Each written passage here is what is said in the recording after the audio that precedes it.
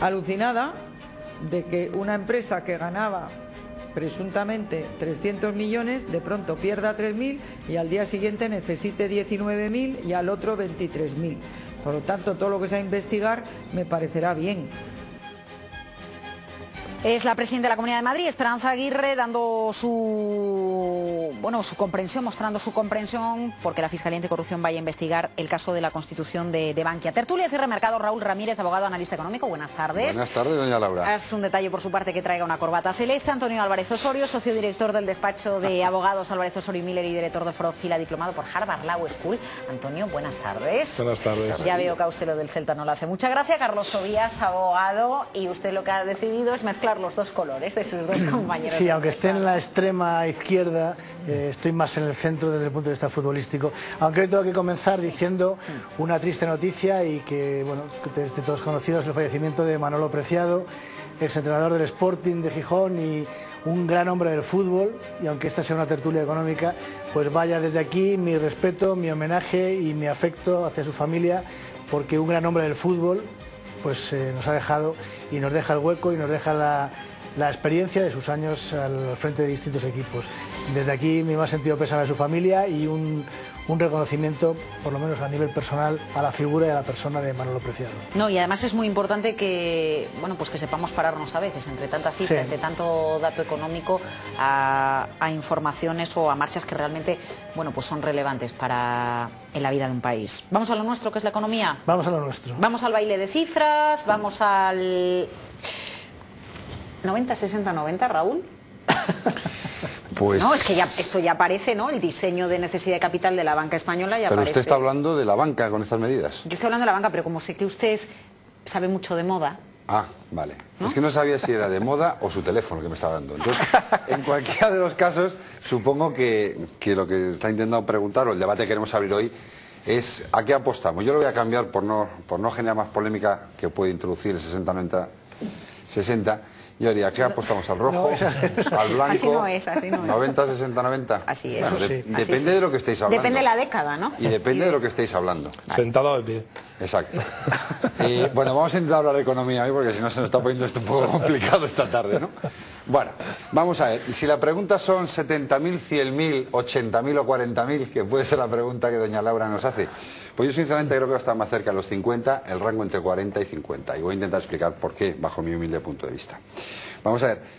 Bueno, ha habido algún diputado del Partido Popular que esta mañana pues ha hecho unas declaraciones sobre lo que le ha aportado una cifra de 100.000, entre 80 y 100.000 euros en el saneamiento. Otro dijo menos y le cesaron de una comisión. Exacto. Yo creo que, y bueno, pues a mí me ha parecido poco prudente, poco inteligente y sobre todo políticamente poco hábil, ¿no? Porque lo ha hecho en un foro donde ha levantado precisamente la polvareda y sobre todo basándose en informaciones poco contrastadas, ¿no? Lo suyo es la comunicación.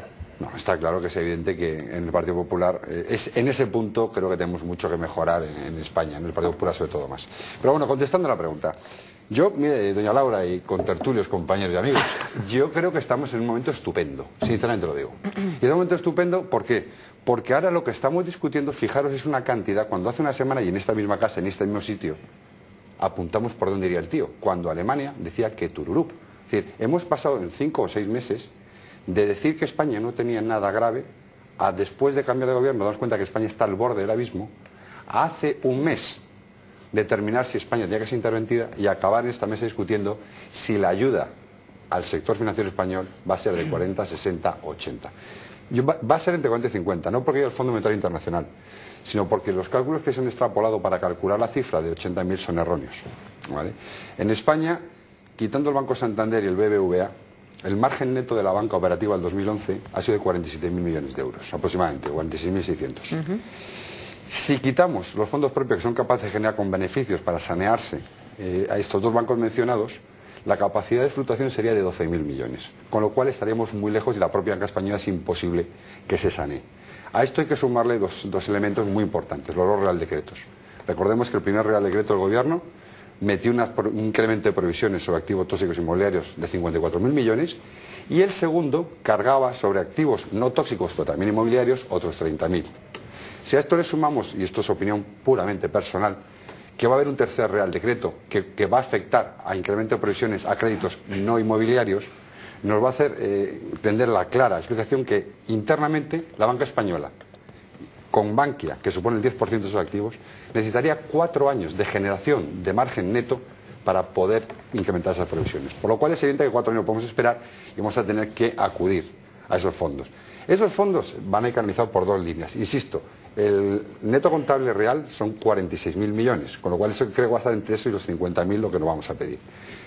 Pero va a tener 2 matices. ¿Cuál es el error que ha tenido el líder del Partido Popular en Bruselas? Que no se ha dado cuenta que Europa lo que nos va a decir es, ojo, este dinero va a necesidades de saneamiento por provisión, no aquellas entidades que su propio margen operativo genere recursos, porque esos tendrán que ser ellas las que los cubran. De tal manera que por eso baja tanto la cifra. En una primera instancia. ¿Y por qué he dicho que estoy tan contento, y os lo digo sinceramente, y tan positivo con este tema? Porque vamos a ser capaces, yo he estado, como les comentaba, vengo de Portugal, he estado toda la semana allí, y con directivos portugueses y empresarios, y me decían, si conseguís lo que parece que vais a conseguir, sois tremendamente hábiles. Hemos conseguido que hace una semana se nos negara la mayor, se nos empujara a un rescate al uso como han tenido ellos, y a través de una movilización, que insisto, el Partido Popular su fuerte no es la comunicación, pero sí es la estrategia, sacando a su majestad a Sudamérica, forzando el perfil G20, que ya hemos sido invitados, moviendo parte del gobierno al Fondo Monetario Internacional, para explicarles, teniendo en cuenta cómo está la situación real de este país, porque de la auditoría que ellos hagan, junto con las 2 independientes, saldrá esa deuda.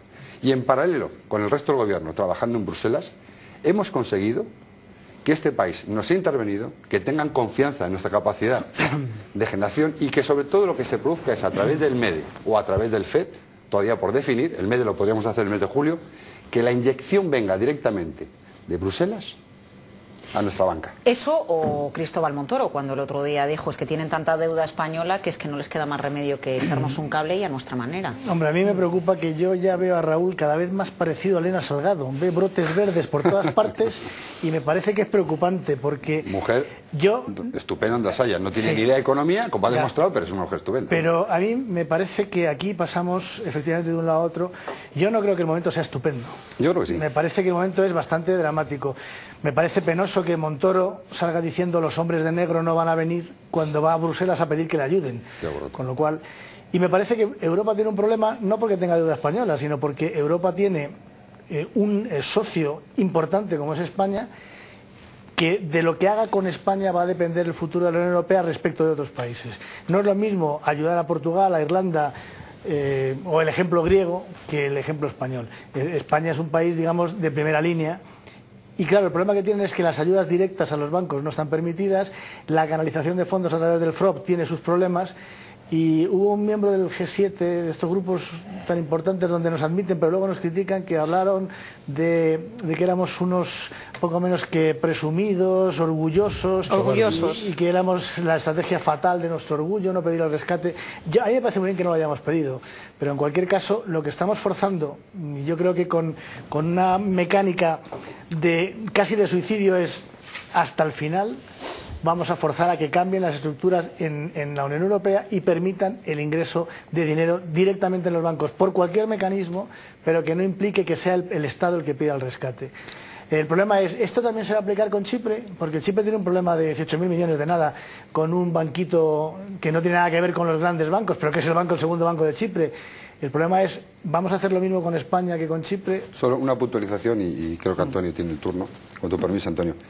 Estoy de acuerdo contigo, pero hay un punto que creo que hay que aclarar. O sea, no es que el mecanismo en la actualidad no se pueda ayudar al FROG directamente desde Bruselas. Actualmente no, hasta el 1 de julio, porque el MEDE, precisamente constituido para esto, empieza a funcionar el 1 de julio, que es, como bien sabes, el organismo europeo permanente para la estabilidad presupuestaria. Se ha creado única y exclusivamente para esta acción. Con lo cual, a partir del 1 de julio, sí puede producirse eso, que evidentemente es la habilidad que creo que ha tenido este gobierno. Y cuando hablo de votos verdes no niego la mayor.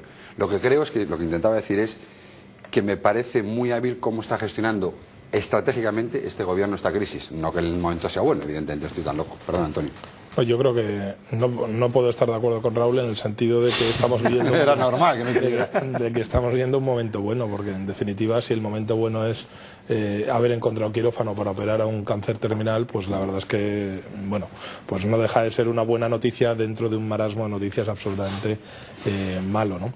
Y yo además quiero hacer una reflexión, ¿no?, en voz alta. Es decir, yo creo que ese retorcimiento de las estructuras y esa presión que está haciendo España sobre las estructuras, en definitiva sabiendo que la decisión que van a tener que tomar es la que es, porque como dijo Felipe González hace 15 días, no se puede dejar caer a España, porque no se puede decir, mire, es imposible, es que si se cae España, se cae toda Europa. Pero es que es en definitiva lo que vino a decir Montoro. Claro, claro, es decir, tal. Entonces no es un logro diplomático, no es un logro, claro, cuando uno está terminal y tiene una pistola, pues claro, lógicamente el que tiene que perder es la persona que está rebosante de salud y que está enfrente, ¿no? Porque el otro, primero, ni sabe lo que hace y segundo, no tiene una pistola, con lo cual ese es un poco el ejemplo. Y es triste para un ciudadano español como yo el pensar que hemos llegado hasta aquí, es decir, y que hemos llegado hasta aquí con esa naturalidad de pensar que tenemos que retorcer las estructuras europeas de nuestros socios para poder obtener un hilo de oxígeno que nos van a poner en el último instante, ¿no? Y aparte yo creo que eso tiene consecuencias, es decir, eso cuando uno fuerza a su socio, al final su socio le ayudará en el momento culmen, como va a hacer Alemania con nosotros, pero ese pago de facturas nunca se olvida. Y lo que se hizo o lo que se está haciendo ahora mismo no se va a olvidar nunca. Yo no digo que el gobierno español pueda hacer otra cosa, porque probablemente si yo formara parte de ese gobierno estaría muy atado de pies y manos para poder hacer otra circunstancia. No tienes y tienes que llegar ahí, y a partir de ahí o cedes soberanía y te vas a un rescate directo, pero lo tienes que explicar y eso para el país es dramático, o realmente si tienes otro as en la manga, que es que no pueden dejarte caer, pues tienes que utilizar esa vía y esa táctica para llegar ahí. Pero los españoles yo creo que no nos debemos conformar con eso, es decir, nuestros socios saben que tenemos un problema de competitividad, saben que tenemos un problema de productividad y efectivamente ese problema no se subsana con el dinero que se insufla en el sector financiero español o en la reforma financiera española. Es decir, los problemas que tenemos son problemas graves que hay que investigar. Hoy estamos hablando de la investigación sobre Bankia. Es decir, yo estoy de acuerdo con Esperanza Aguirre en el sentido de decir, una empresa no puede decir que gana 300 millones de euros, después decir que pierde o que necesita 19.000. Bueno, si por el medio, a ver, porque es que a mí hay cosas que no me quedan claras, si por el medio cambias la ley, sí. Bueno, cambias la ley y tendrás que cambiar en todo caso el plan de contabilidad. Si tú pides unas provisiones X el día X del mes de febrero y el día X del mes de mayo pides otras provisiones. Ya, pero hay que ver cómo funciona contablemente el sistema de la provisión, ¿vale? Esto no es solo una cuestión legal, sino que es... Oye, disculpe que le he interrumpido y parece que le he quitado... No, yo estoy escuchando con suma atención. No es un problema de eso.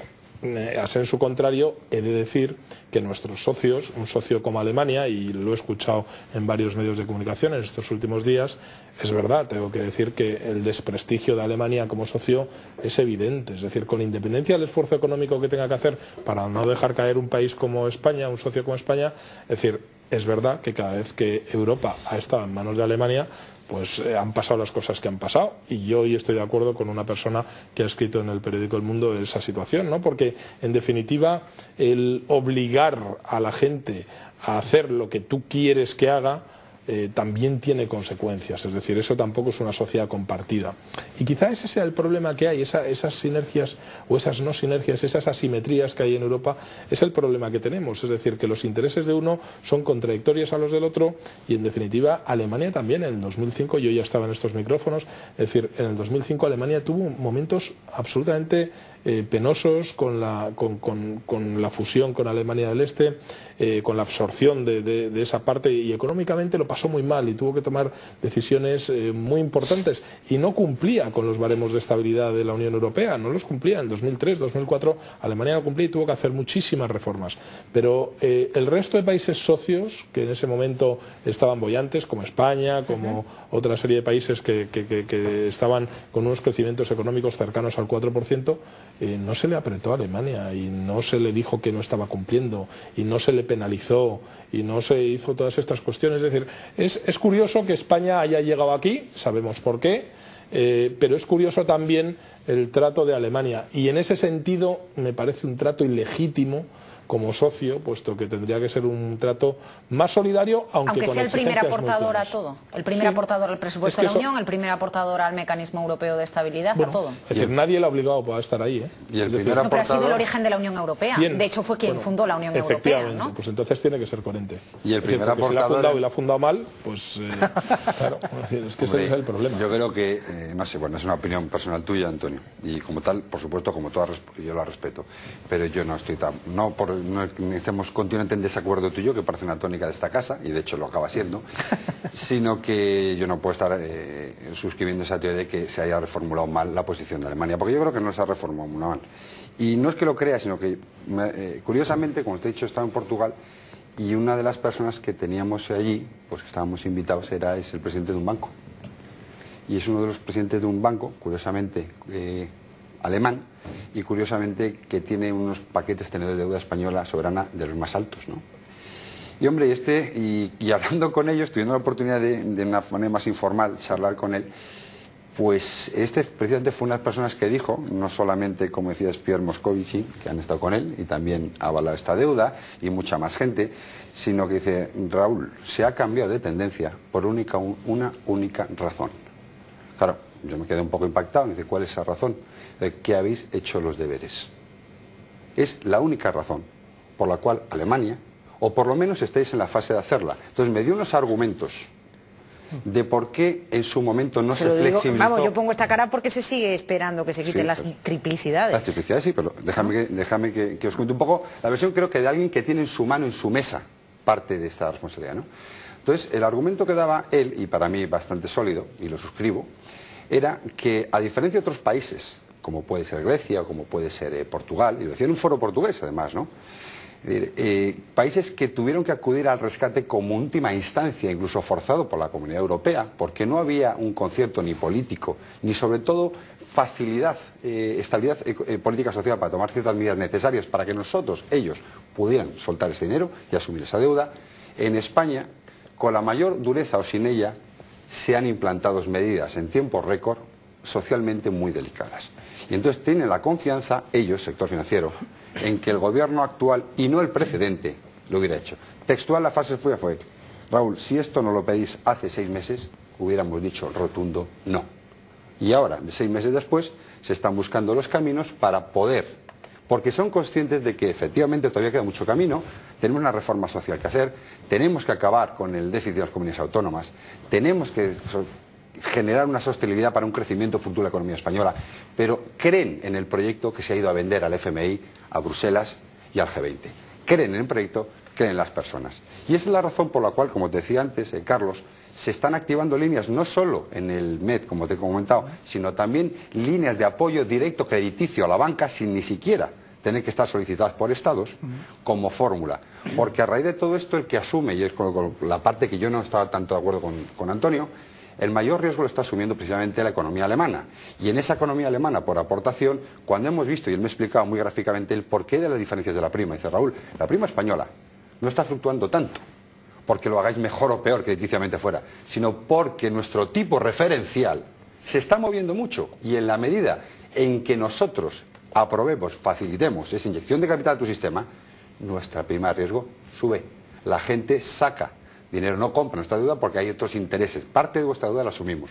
Por lo cual, a eso me refería al principio de esta entrada, creo que en España, siendo el entorno muy negativo, estamos internacionalmente, porque yo le compruebo en primera persona, con una credibilidad máxima en estos momentos. El portavoz del partido neonazi en Grecia esta mañana en la televisión del país ha agredido a las diputadas. Bueno, pues es que es lo que está sucediendo en Grecia. El Partido Popular aquí en España, cambiamos de asunto para que nadie se crea que los estoy vinculando. No, claro, porque luego que no. El Partido Popular, con rechazo de la oposición, ha impuesto su agenda de trabajo en la subcomisión de seguimiento del FROP del Congreso, encargada de analizar la crisis de Bankia, de tal manera que antes del verano solo van a acudir los representantes que ha pedido el PP y a puerta cerrada, mientras que las demandas del resto de grupos, como la del gobernador del Banco de España, Miguel Ángel Fernández Ordóñez, no se van a debatir al menos hasta el mes de septiembre. Quedan 20 segundos. Candidato a gobernador del Banco de España, don Carlos. Hombre, yo creo que González Páramo puede ser un buen candidato. Antonio. Mourinho. ¿En serio? En serio. Mourinho. Sin duda. No me lo puedo creer. Muy inteligente la respuesta, ¿eh? Sí, no, pero... No creo que pero, quiera, hombre, gana más. a ver, yo quería... Gana más en el Real Madrid, Don Raúl, candidato a gobernador del Banco de España. Ahora mismo, evidentemente, tenemos 2 o 3, ¿no? Los dos, el señor Don Manuel Rajoy, el señor Reguindo y el que estuvo del Banco Central Europeo. Creo que cualquiera de los 3 es idóneo, siempre y cuando este gobierno decida, al cual suscribo y apoyo públicamente. ¿Y Guardiola no? No, Guardiola está descansando. Señores, gracias. Raúl, Antonio, Carlos. Nos vamos a los mercados, las bolsas suben. Repsol te ofrece la noticia de Acción Social.